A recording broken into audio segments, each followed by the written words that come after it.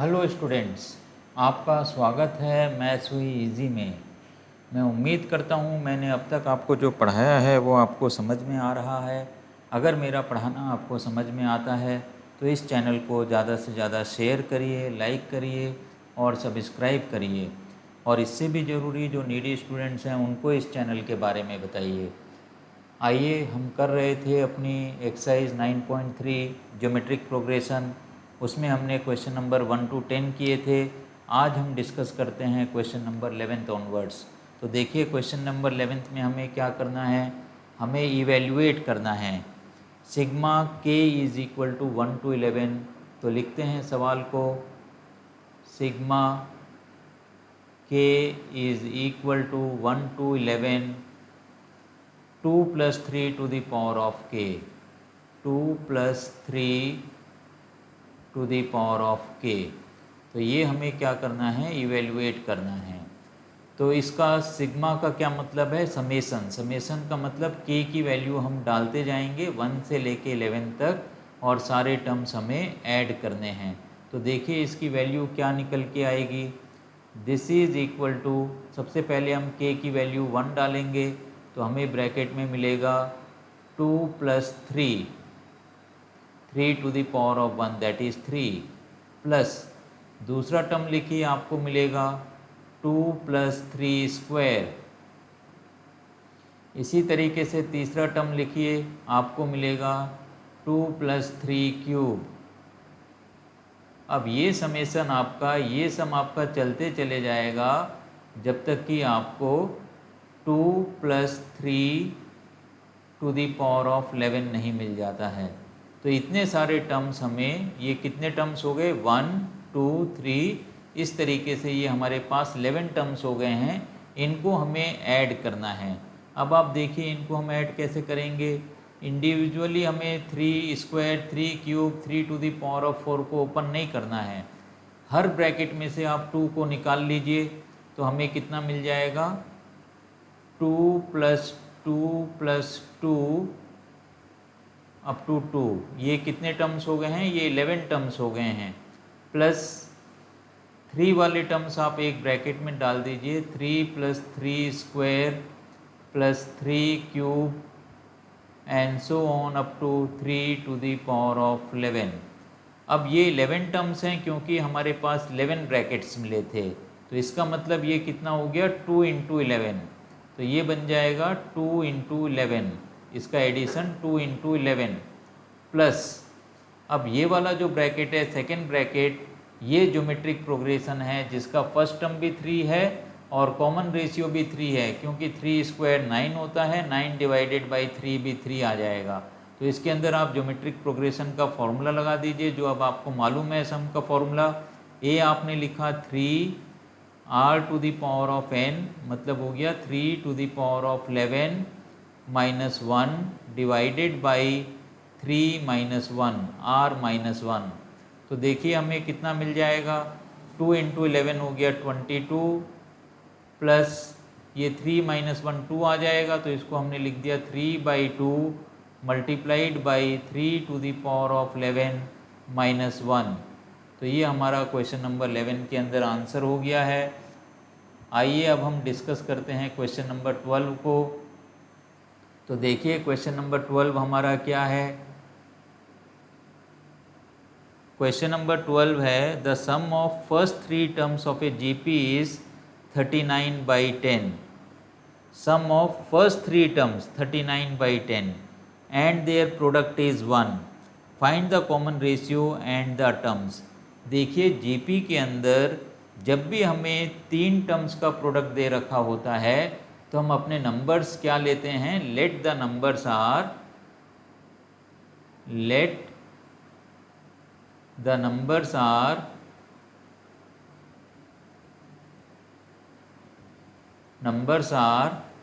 a by r,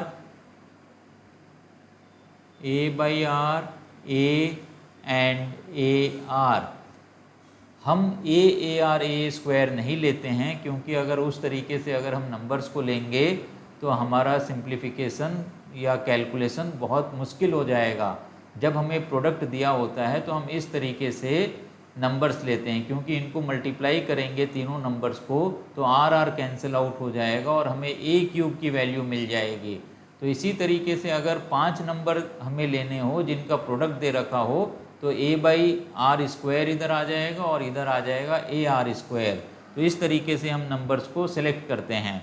अब आ जाइए, अब हम सवाल ले लेते हैं। इसके अंदर तीनों नंबर्स का सम कितना दे रखा है, 39 दे रखा है। तो वो तो एक इक्वेशन हम इनसे बनाएंगे। तो हमारी पहली इक्वेशन क्या बन जाएगी, A by R plus A R is equal to 39/10, ये पहली इक्वेशन बनेगी। और दूसरी इक्वेशन क्या बनेगी, दूसरी इक्वेशन हमारी बनेगी, उसको मैं इधर लिख देता हूँ, A by R multiplied by A multiplied by A R is equal to 1। तो ये आर से आर कैंसिल आउट हो जाएगा और हमें क्या मिल जाएगा, ए क्यूब की वैल्यू 1 मिल जाएगी। And this will give you A is equal to 1। तो हमें ए की वैल्यू 1 मिल गई है। हम इस इक्वेशन में इसको सब्स्टिट्यूट करेंगे। सबसे पहले हम क्या करें, सबसे पहले हम एलसीएम ले लेते हैं इधर। तो अगर हम इधर एलसीएम लेते हैं तो हमें क्या मिल जाएगा, A plus A R plus A R square divided by R and this is equal to 39/10। Cross multiply कर दीजिए। क्रॉस मल्टीप्लाई अगर हम कर देते हैं तो हमें क्या मिल जाएगा, 10 multiplied by A plus A R plus A R square, this is equal to 39R। ये कितना हो गया, ये 39R के इक्वल हो गया है। ए की वैल्यू अगर हम इसके अंदर 1 डाल देते हैं तो हमें क्या मिल जाएगा, 10 multiplied by 1 plus R square, this is equal to 39R। तो ये हमें मिल गया है। अब इसको हम एक मल्टीप्लाई करके इक्वेशन बना लेते हैं, क्वाड्रेटिक इक्वेशन बन जाएगी हमारे पास। तो ये कितना आ जाएगा, आप देखिए, 10 plus 10R plus 10R square is equal to 39R। सारे टर्म्स एक साइड ले आइए। तो पहले मैं लिख रहा हूँ 10R स्क्वायर, अब ये 10R है और माइनस 39R इधर आ जाएगा, 39R तो माइनस बन जाएगा, कितना हो जाएगा ये, माइनस 29R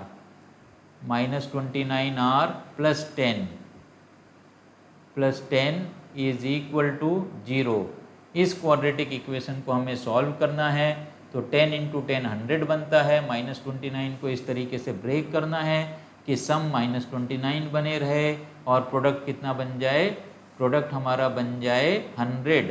तो इसको हम इस तरीके से ब्रेक कर सकते हैं, 10R square minus 4R minus 25R plus 10 is equal to 0। अब इसके अंदर से आप कॉमन निकालिए, पहले दो टर्म्स के अंदर से, तो 2R कॉमन निकलेगा। 2R को कॉमन निकाला तो कितना आ जाएगा, ये 5R माइनस 2।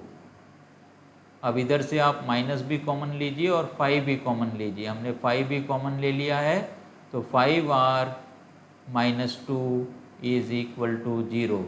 तो इससे मुझे क्या मिल जाएगा, एक ब्रैकेट के अंदर मिलेगा 2R माइनस 5 और एक ब्रैकेट बन जाएगी 5R माइनस 2। तो ये इक्वल टू 0 है। तो एक से मुझे R की वैल्यू मिल जाएगी 5/2 और इससे R की वैल्यू मिल जाएगी R इज इक्वल टू 2/5। अब मुझे R की वैल्यू मिल गई है, A की वैल्यू 1 है। तो अब हमें क्या करना है, हमें नंबर्स निकालने हैं। फाइंड द नंबर्स क्वेश्चन के अंदर लिखा हुआ है, find the common ratio and the terms. तो कॉमन रेशियो तो हम निकाल ही चुके हैं, टर्म्स हमें निकालने हैं। तो when R is equal to 5/2, तो यहाँ पे लिखिए if R is equal to 5/2 then numbers are, then numbers are, numbers हमारे क्या थे A by R, A by R का मतलब 1/5/2, A by R, A is 1 and आर, तो ये कितना हो गया 5/2। तो ये नंबर्स क्या बन जाएंगे 2/5, 1 एंड 5/2, ये एक आंसर हो गया हमारा। अगर r की वैल्यू, इसमें और भी हमें आगे करना है, if r is equal to 2/5 then numbers are, अगर r की वैल्यू 2/5 है तो इसको हम क्या लिखेंगे 1 बाई, आपके पास a बाई आर एक नंबर था तो ये क्या हो जाएगा 1/2/5, 1/2/5, 1 एंड 2/5, तो ये क्या बन जाएगा 5/2, 1 एंड 2/5, ये नंबर आ जाएंगे। नंबर वही हैं, केवल उनका ऑर्डर बदल गया है। तो हम दोनों केस के अंदर नंबर्स को लिख देंगे, क्योंकि हमें नहीं मालूम है कि नंबर सेम आने वाले हैं। जो r की वैल्यू 5/2 है तो नंबर क्या हो सकते हैं, r की वैल्यू 2/5 है तो नंबर्स क्या होंगे। तो देखिए इस तरीके से इस आसान सवाल को भी हमने किया है। अब हम चलते हैं क्वेश्चन नंबर 13 के अंदर। क्वेश्चन नंबर 13, क्वेश्चन नंबर 13 हमारा क्या है, how many terms of GP 3 square 3 cube are needed to give sum 120। एक GP हमें दे दी गई है जिसके टर्म्स हैं 3 square 3 cube and so on, और सम की बात करी गई है 120। तो कितने ऐसे टर्म्स होंगे जिसका सम 120 आ जाए। तो सबसे पहले तो आप लिखिए a की वैल्यू 3, r की वैल्यू कितनी हो जाएगी 3 square by 3 which is again equal to 3। a की वैल्यू भी 3 हो गई है और r की वैल्यू भी 3 हो गई है। और अब हमें नंबर ऑफ टर्म्स निकालने हैं, n की वैल्यू निकालनी है। अगर Sn कितना है 120 है, ये हमें कैलकुलेट करना है। तो लिखिए a r to the power of n minus 1 divided by r minus 1 is equal to 120।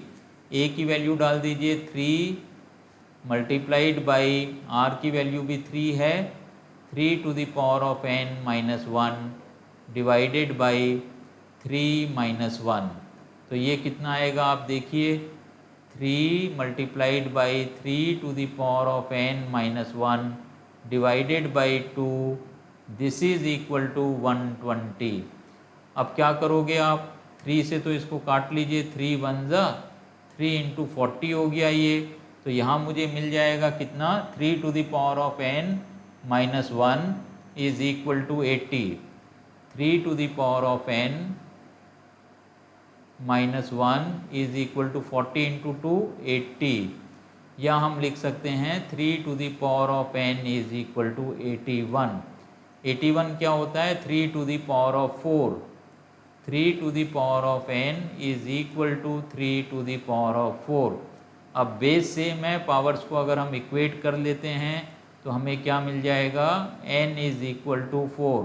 तो ये हमारा इस सवाल के अंदर आंसर हो जाएगा। देखिए आसान सवाल था, इसमें हमें कोई प्रॉब्लम आई नहीं है करने के अंदर। अब हम चलते हैं क्वेश्चन नंबर 14 में।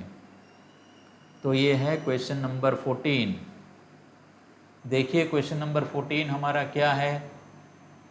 क्वेश्चन नंबर 14 में हमें करना है the sum of first 3 terms of a GP is 16 and the sum of next 3 terms is 128। Find determine the first term common ratio and sum to n terms of a GP। तो देखिए first 3 terms का सम 16 है, तो आप लिख दीजिए S3 is equal to 16, S3 is equal to 16। Next 3 terms के लिए तो कोई फॉर्मूला होता नहीं है, तो इसका मतलब क्या हो गया, फोर्थ फिफ्थ सिक्स्थ टर्म का सम जो है वो 128 है। तो हम ऐसा लिख सकते हैं कि पहले 6 टर्म्स में से अगर पहले 3 टर्म्स को हम माइनस कर देते हैं तो हमें नेक्स्ट 3 टर्म्स मिल जाते हैं। तो दूसरी इक्वेशन हम बनाते हैं S6 minus S3 is equal to 128, ये हमें दे रखा है। और इसके अंदर हमें क्या दे रखा है, the sum of first 3 terms of a GP is 16 and the sum of next 3 terms is 128, determine first term common ratio and sum to n terms. तो इतना ही केवल हमें दे रखा है। तो आप देखिए जब हम दूसरी इक्वेशन बनाएंगे, यहाँ पर आप 16 को डाल दीजिए तो हमें क्या मिल जाएगा, S6 minus 16 is equal to 128, या हम ये बोल सकते हैं कि S6 is equal to 128 plus 16। तो ये कितनी वैल्यू आ जाएगी, S6 इज इक्वल टू 128 में से 16 हमें जोड़ना है, 138 और 6 कितना हो गया 144, तो ये वैल्यू आ गई 144। और इधर S3 हमारे पास 16 हमें दे रखा है, इसके अंदर आप फॉर्मूला लगाइए। तो आप लिखिए A 1 minus R to the power of 3 divided by 1 minus R, this is equal to 16। तो ये हमारी हो गई इक्वेशन नंबर 1। अब इसी तरीके से इस इक्वेशन में भी हम फॉर्मूला लगाएंगे। तो इसको हम कैसे लिख सकते हैं, यहाँ पे लिखिए A 1 minus R to the power of 6 divided by 1 minus R, ये कितनी हो जाएगी, this is equal to 144। This is equation number 2। अब हमें 2 डिवाइड बाई 1 करना है, तो लिखिए यहाँ पे divide equation 2 by equation 1। Second equation को फर्स्ट इक्वेशन से अगर हम डिवाइड करेंगे तो आप देखिए a upon 1 minus R, a upon 1 minus R cancel out हो जाएगा। हमें कितना मिल जाएगा यहाँ पे 1 minus R to the power of 6 divided by 1 minus R cube, this is equal to 144 by 16।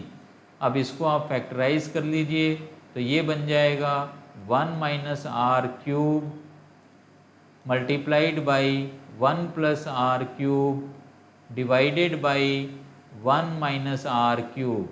तो ये 1 माइनस आर क्यूब, ये 1 minus R cube cancel out हो जाएगा और 16 1 जा 16, 16 9 जा 144, तो इसकी वैल्यू आ गई 9। तो आर क्यूब की वैल्यू कितनी मिल जाएगी इससे मुझे, this gives me R cube is equal to 9 minus 1 8 and this will give me r is equal to 2। r की वैल्यू 2 आ गई है। तो एक आंसर तो हमारा निकल गया है, r इज इक्वल टू 2। अब मुझे क्या निकालना है, मुझे इसके अंदर a की भी वैल्यू निकालनी है। तो हम इक्वेशन नंबर 1 सबसे छोटी है, तो हम इक्वेशन नंबर 1 से a की वैल्यू निकालेंगे।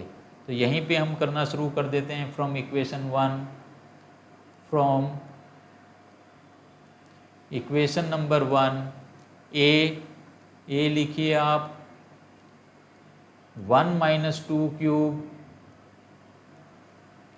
Divided by 1 minus 2, this is equal to 16।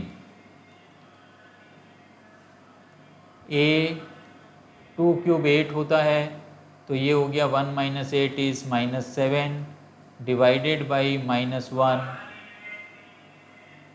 Is equal to 16। ये माइनस माइनस कैंसिल आउट हो जाएगा, a की वैल्यू आ जाएगी 16 बाई 7। तो ये भी एक हमारा आंसर हो गया है। r की वैल्यू 2 मिली है, a की वैल्यू 6 मिली है। अब इसके अंदर एक लास्ट चीज़ हमें निकालनी है, वो हमें क्या निकालना है इसके अंदर हमें निकालना है, this is question number 14, nth term sum to n terms, find determine the first term common ratio and sum to n terms of a GP. तो अब आप लिखिए यहाँ पे Sn कितना बन जाएगा, Sn is equal to a r to the power of n minus 1 divided by r minus 1। तो इसकी वैल्यू कितनी आ जाएगी, a की वैल्यू आप रख दीजिए इसके अंदर 16 बाई 7, r की वैल्यू कितनी है 2 to the power of n minus 1 divided by r minus 1। तो डिवाइडेड बाई r माइनस 1 का मतलब कितना हो गया 2 माइनस 1। तो ये कितना आंसर मुझे मिल जाएगा 16/7। ये 2 माइनस 1 तो 1 ही हो गया है, multiplied by 2 to the power of n minus 1। तो इस तरीके से हमने क्वेश्चन नंबर 14 को किया है, जो अपने आप में बहुत ही सरल है। तो आइए अब हम करते हैं क्वेश्चन नंबर 15। लिखिए यहाँ पे क्वेश्चन नंबर 15। क्वेश्चन नंबर 15 में हमें क्या करना है, given a GP with a is equal to 729। a की वैल्यू हमें दे दी गई है, a इज इक्वल टू 729। और हमें इसके अंदर क्या दे दिया गया है, seventh term is 64, T7 is equal to 64, that is T7 is equal to 64। क्या निकालना है, determine S7। Sum of 7 terms हमें फाइंड आउट करने हैं इस क्वेश्चन के अंदर। अब T7 64 है, इसका मतलब क्या हो गया, a r to the power of 6, 7 minus 1 is 6, this is equal to 64, this is given to us। a की वैल्यू हम इसके अंदर रख देते हैं, a की वैल्यू इसके अंदर हम रख देंगे 729 multiplied by r to the power of 6 is equal to 64।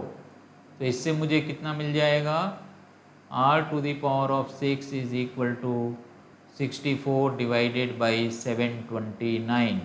तो ये मुझे कैलकुलेट करना है। तो देखिए 64 हमें मालूम है ये कितना बन जाएगा, 2 की पावर 6 बन जाएगा। इसी तरीके से 729 भी बनना चाहिए, तो ये मेरे ख्याल से 3 टू दी पावर ऑफ 6 बन जाएगा। 3 टू दी पावर ऑफ 4 8 होता है, हाँ 3 टू दी पावर ऑफ 4 81 होता है। 81 को किससे मल्टीप्लाई करोगे, 81 को 9 से मल्टीप्लाई करोगे, तो 9 इधर आ गया और 8 9 जा 72, तो ये 2/3 की पावर 6 बन जाएगा। So this is equal to 2/3 to the power of 6। ये r to the power of 6 की वैल्यू आई है। तो अब जो है पावर सेम हो गई हैं, तो बेस हम इक्वेट कर सकते हैं। तो इससे मुझे r की वैल्यू कितनी मिल जाएगी, r की वैल्यू मिल जाएगी 2/3। तो r की वैल्यू मुझे मिल गई है और मेरे पास a की वैल्यू है। अब मुझे S7 की वैल्यू निकालनी है। तो देखिए S7 की वैल्यू कितनी आ जाएगी इस सवाल के अंदर। तो यहाँ पे अब हम S7 लिख रहे हैं, S7 is equal to A 1 minus r to the power of 7 divided by 1 minus r। तो देखिए कितना बनेगा, a की वैल्यू आप इसके अंदर सब्स्टिट्यूट करिए, 729 multiplied by 1 minus 2/3 to the power of 7, 2/3 to the power of 7 divided by 1 minus 2/3। इसको हमें सिंप्लीफाई करना है, जितना भी हम इसको सिंप्लीफाई कर सकते हैं। तो ये क्वेश्चन हम कर रहे हैं क्वेश्चन नंबर 15। तो इसका सिंप्लीफिकेशन अब हम देखते हैं कि कितना बन सकता है ये। This is equal to 729 multiplied by 1 minus 2 to the power of 7, 2 to the power of 7 बन जाता है 128। तो इसको आप लिख दीजिए 128 divided by 3 to the power of 7 बनना चाहिए कितना, 3 3 जा 9, 9 9 जा 81। तो 81 कितना हो गया, 3 to the power of 4 multiplied by 3 to the power of 3 मुझे करना है। 3 टू द पावर ऑफ 3 होता है 27। तो मल्टीप्लाइड बाई 27, 3 3 जा 9, 9 3 जा 27। तो ये बनता है 2187।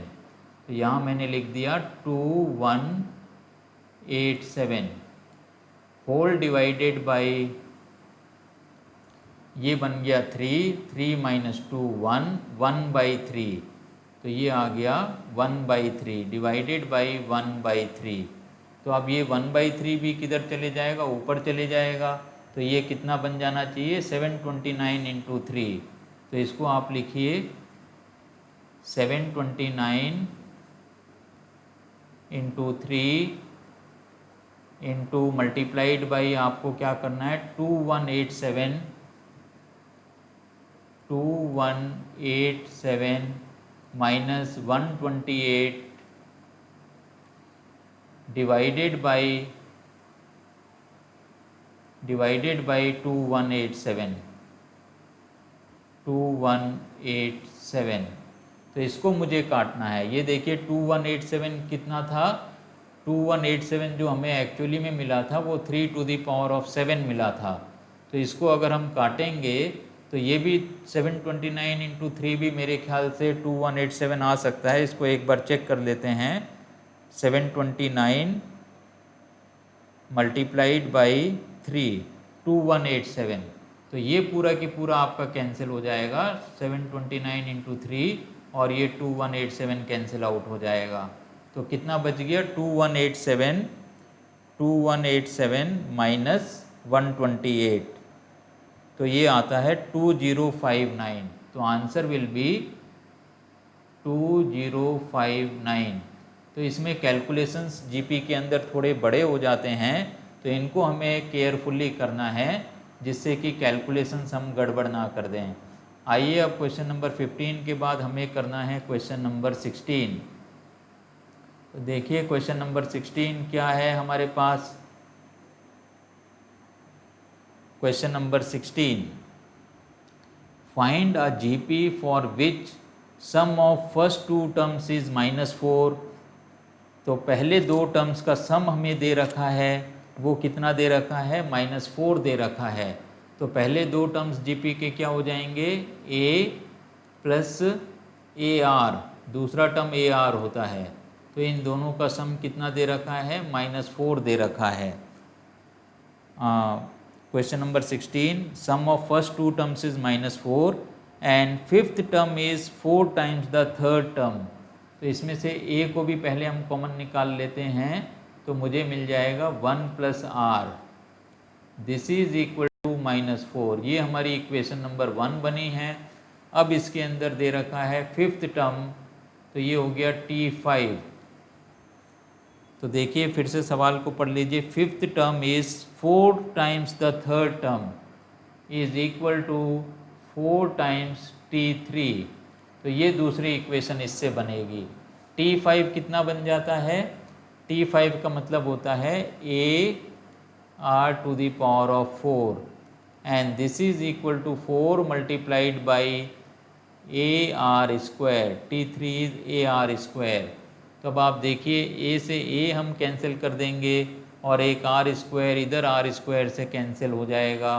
तो हमें इसमें कितना मिल जाएगा, R square is equal to 4। अगर R स्क्वायर की वैल्यू 4 है तो R की वैल्यू आप इससे निकाल सकते हो। This implies R is equal to ±2। Question number 16 के अंदर हमें करना है फाइंड अ जीपी निकालनी है। मतलब अगर हम 2 या 3 टर्म्स जीपी के लिख देते हैं तो इसका मतलब क्या है कि हमने जीपी निकाल दी है। अब इसके अंदर हम क्या करेंगे, R की वैल्यू +2 है तो A की वैल्यू कितनी आ जाएगी, और R की वैल्यू -2 है तो A की वैल्यू कितनी आएगी। तो दिस इज से इक्वेशन नंबर 2। तो अब यहाँ पे लिखिए from equation number 1, from equation number 1 if R is equal to 2, R की वैल्यू 2 है तो कितनी बन जाएगी, A multiplied by 1 + 2 is equal to -4। तो इसका मतलब A की वैल्यू कितनी आ गई, this gives you A is equal to -4/3। अब दूसरा केस लिखिए, if R is equal to -2 then A multiplied by 1 - 2 is equal to -4। तो अब A की वैल्यू कितनी आ जाएगी, ये तो -1 हो गया और ये माइनस माइनस यहाँ पे कैंसिल हो जाएगा। इसका मतलब a की वैल्यू कितनी हो गई, a इज़ इक्वल टू 4। तो हमें ये दो वैल्यूज़ मिली हैं, a is -4/3 and a is 4। जब हमारे पास a और r दोनों चीज़ें हो गई हैं तो हम लिख देते हैं if a is equal to -4/3, if a is equal to -4/3 and r is equal to 2, then GP is, अब GP कैसे लिखेंगे, हमें 2-3 टर्म्स लिख देने हैं। तो पहला टर्म तो a होता है, दैट इज़ -4/3। दूसरा टर्म कितना आ जाएगा, AR, दैट इज़ -4/3 इंटू 2। तीसरा टर्म भी आप लिख दीजिए -4/3 into R square is 2 square. तो ये कितना बन जाएगा, 4 बन जाएगा, एंड सो ऑन। तो ये बन जाएगा मेरे पास -4/3 -8/3 एंड 4 4 जा 16 -16/3, ये 3 है, -16/3 एंड सो ऑन। अब आइए दूसरे केस के अंदर, if R A is equal to 4, इफ़ a is equal to 4 and r is equal to -2, then GP is, हम लिखेंगे सबसे पहले a, that is 4, then AR, that means 4 into -2, then AR square, that is 4 multiplied by -2 का square and so on. तो terms क्या आ जाएंगे, 4 -8 और ये हो गया -2 का स्क्वायर 4 16, 4 4 जा 16। तो इस तरीके से GP बनेगी हमारे पास। तो ये हमारा क्वेश्चन नंबर 16 आया है। एक टर्म और भी लिख सकते थे हम, 16 के बाद -32 आएगा, उसके बाद 64 आएगा। इस तरीके से चाहते तो और टर्म्स भी लिख सकते थे, या इतने भी टर्म्स काफ़ी हैं। आइए अब हमें डिस्कस करना है क्वेश्चन नंबर 17। तो देखिए क्वेश्चन नंबर 17 क्या है। तो हम यहाँ पे लिखते हैं क्वेश्चन नंबर 17। क्वेश्चन नंबर 17 है हमारे पास, if the 4th, 10th and 16th terms of a GP are x, y, z respectively, prove that x, y, z are in GP। तो अब ये जो 4th टर्म है T4, 4th, 10th and 16 terms, T4 की value कितनी दे रखी है हमें, x, उसके बाद दे रखा है T10, T10 की वैल्यू है y और T16 की वैल्यू है z। अब ये 3 टर्म्स जो हैं ये GP के टर्म्स हैं, 4th, 10th एंड 16th, इनकी वैल्यू x, y, z है। अब हमें ये बताना है कि ये x, y, z prove that x, y, z are in GP, ये भी GP के अंदर होंगे, मतलब ये हमारे कंटिन्यूस टर्म्स होंगे। अभी तो ये 4th, 10th एंड 16 टर्म्स हैं, लेकिन ये अगर GP बना रहे हैं इसका मतलब this 3 are consecutive terms, b square is equal to AC इसके अंदर प्रूव होना चाहिए। तो T4 की पहले वैल्यू आप लिख दीजिए, T4 का मतलब होता है AR cube, AR cube is equal to x, ये आप लिख दीजिए AR to the power of 9, this is equal to y, and this is AR to the power of 15 is equal to z। अब लिखा हुआ है कि x, y, z are in GP, x, y, z are in GP, this implies y square is equal to xz। अगर x, y, z GP में हैं तो y by X is equal to Z by Y होना चाहिए, या दूसरे शब्दों के अंदर y square is equal to xz होना चाहिए। तो इसको हम सिंप्लीफाई करके देख लेते हैं, इक्वल आता है या नहीं आता है। y स्क्वायर का मतलब हो गया AR to the power of 9 का square, and this should be equal to xz, मतलब AR cube multiplied by A R to the power of 15, तो ये कितना बन जाएगा, A square R to the power of 18, this is equal to A square multiplied by R की power add हो जाएंगे, 15 और 3 कितना हो जाएगा 18 R to the power of 18, which is true. लिख दीजिए यहाँ पे which is true. This means कि एक्स वाई जेड जो हैं वो जीपी में हैं। हमें यही प्रूव करना था कि एक्स वाई जेड जीपी में है। This implies that X Y Z are in GP. This implies X Y Z are in geometric progression. तो देखिए इस तरीके से हमने क्वेश्चन नंबर 17 किया है। आइए अब हम क्वेश्चन नंबर 18 की तरफ चलते हैं। क्वेश्चन नंबर 18 हमें क्या दे रखा है, देखिए find the sum to n terms of the sequence. Important question है, ध्यान दीजिएगा। 8 8 8 ट्रिपल 8 एंड सो ऑन, 8 8 8 8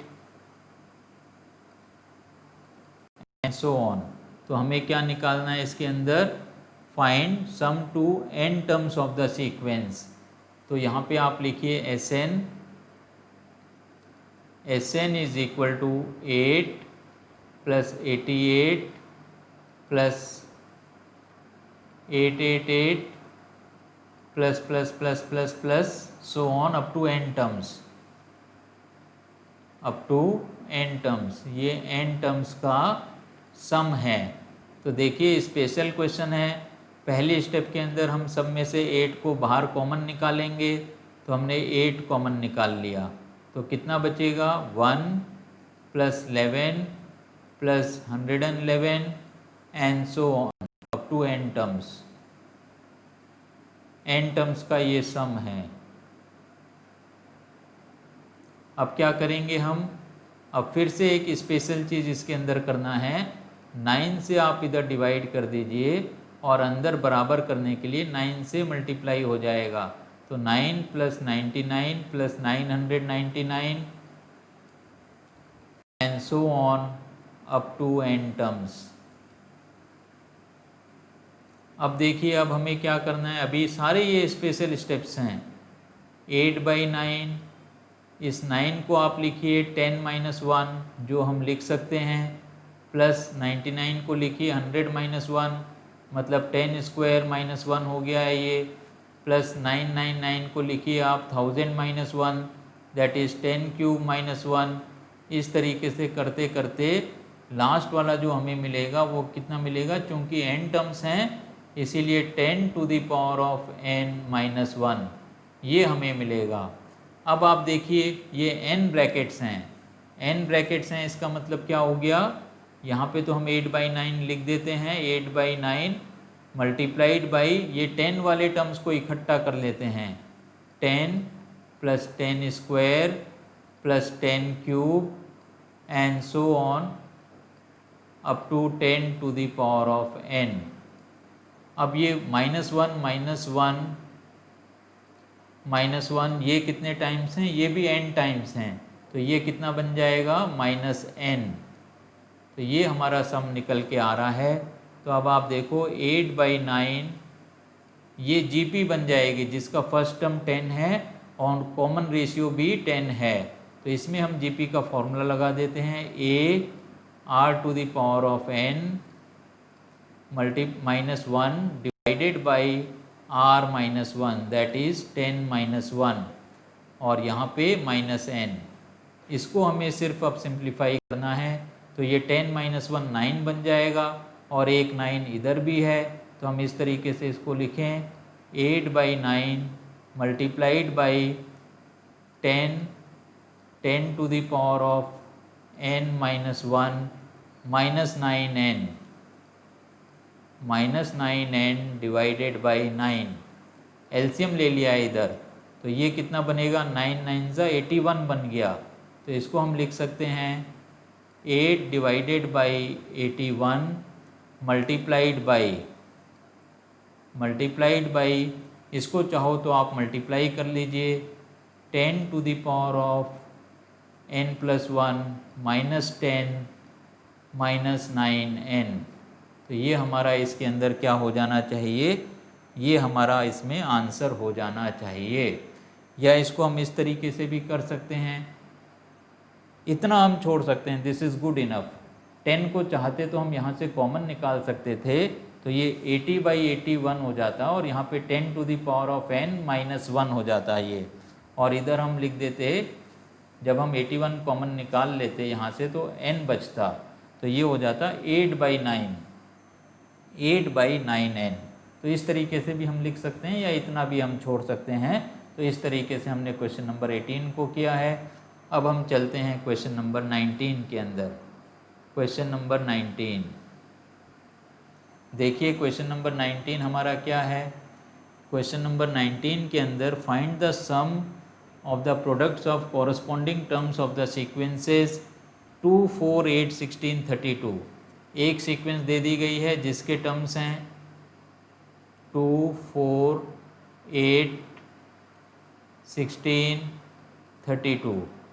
ये 5 टर्म्स हैं इसके अंदर 2, 4, 8, 16, 32। और दूसरी सीक्वेंस हमें दे दी गई है जिसके टर्म्स हैं 128, 128, 32, 128, 32, उसके बाद है 8, देन 2 एंड देन 1/2। अब सवाल क्या कह रहा है, ये find the sum of the products of the corresponding terms of the sequences. Sum of product निकालना है, तो आप यहाँ पे लिखिए product of corresponding terms, product of corresponding terms.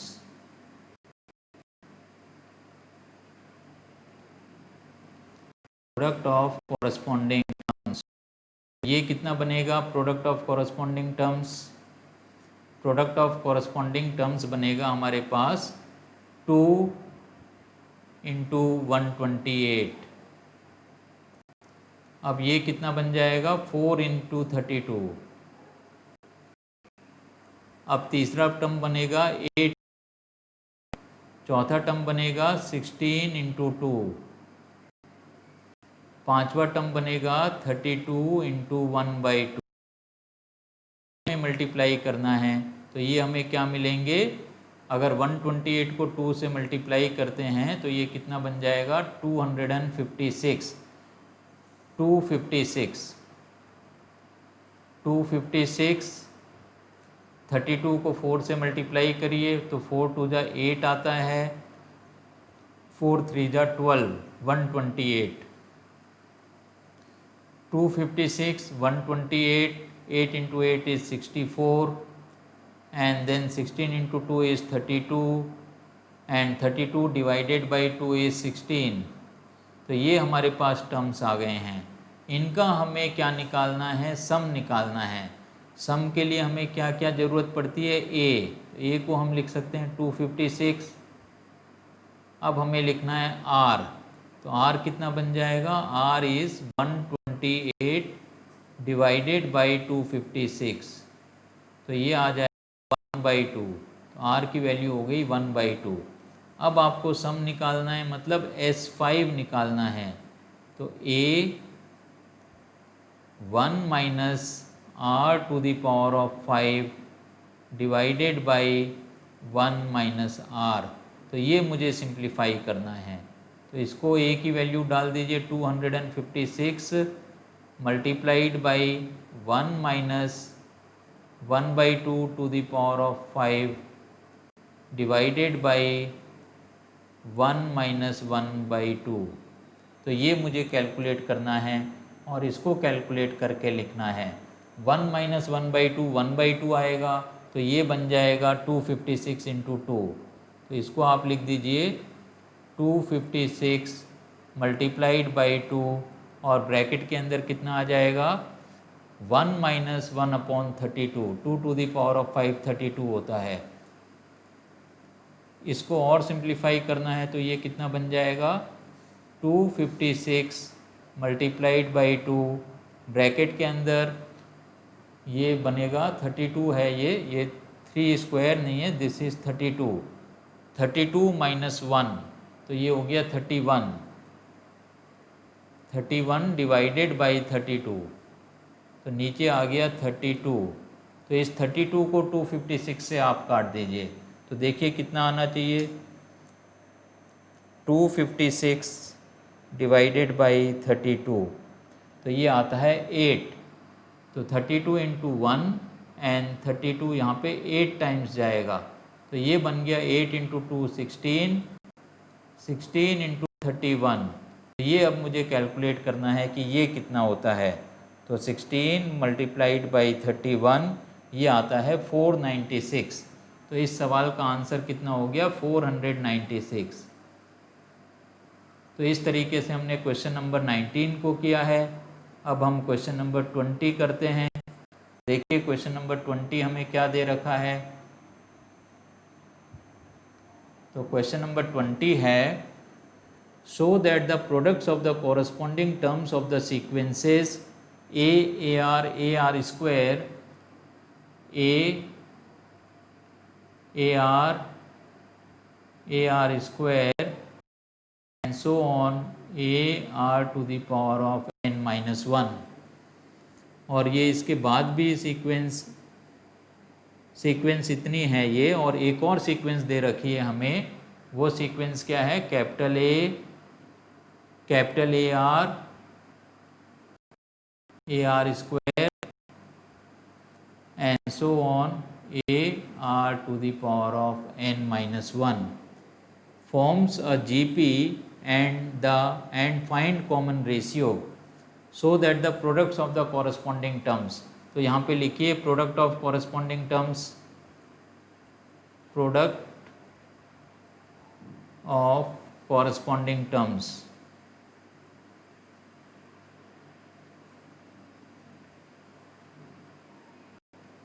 ये बन जाएगा, पहले दो टर्म्स को मल्टीप्लाई करते हैं तो ए, फिर A R multiplied by A R multiplied by A R, तीसरा term A R square multiplied by A R square. इस तरीके से लास्ट में हमें क्या मिलेगा, A R to the power of n minus 1 multiplied by A R to the power of n minus 1। इसको simplify करिए तो ये बन गया ए आर, ये बन जाएगा आपका A R square and so on. ये nth टर्म हमें मिल रहा है A R to the power of n minus 1 R to the power of n minus 1। Common ratio पूछा गया है तो कॉमन रेशियो क्या होना चाहिए, common ratio this should be second term divided by first term. तो ये आ जाएगा A R divided by A. तो ये तो कैंसिल आउट हो गया, तो कॉमन रेशियो मिलेगा आर मल्टीप्लाइड बाई आर। अब साथ में ये भी इन्होंने बोला है कि प्रूफ करिए कि ये जीपी है, तो आप लिखिए this is a GP because this is GP because common ratio हमें आर ही मिलेगा, second term by third term A R divided by A, this is equal to A R square divided by A R and this is equal to, आगे भी अगर हम करेंगे तो वही आएगा। तो इसीलिए जब हमारे पास कंसेक्यूटिव टर्म्स का रेशियो सेम हो जाता है तो इसका मतलब क्या हो जाता है, वो जीपी बन जाती है। तो यहाँ अगर मुझे अगला टर्म लिखना है तो क्या आएगा, A R cube divided by A R square cancel out करेंगे तो सबका ही रेशियो कितना बनेगा, आर आर बनेगा, क्योंकि बाकी सारी चीज़ें तो कैंसिल आउट हो जाएंगी। जैसे इसके अंदर कैंसिल हो गई हैं, इधर भी ए और एक आर आर कैंसिल हो जाएगा, इधर भी एक ए कैंसिल हो जाएगा और आर स्क्वायर कैंसिल हो जाएगा, तो इसकी वैल्यू आ जाएगी आर आर। तो कॉमन रेशियो की वैल्यू आर आर हो गई है और इसीलिए ये क्या हो गई, ये जीपी हो गई है। तो हमारा आंसर कॉमन रेशियो के लिए क्या बन गया, आर आर बन गया। तो इस तरीके से हमने क्वेश्चन नंबर 11 to 20 आज करे हैं। तो इसके साथ ही आज की क्लास को हम यहीं पे ख़त्म करते हैं। मैं उम्मीद करता हूँ कि आज भी आपको पहले की ही भांति सारे सवाल समझ में आए होंगे। अगर मेरा पढ़ाना आपको अच्छा लगता है, समझ में आता है, तो इस चैनल को ज़्यादा से ज़्यादा शेयर करिए, लाइक करिए और सब्सक्राइब करिए। इससे भी ज़रूरी जो नीडी स्टूडेंट्स हैं उनको इस चैनल के बारे में बताइए। इसके साथ ही आज की क्लास यहीं पे ख़त्म होती है। Have a nice day.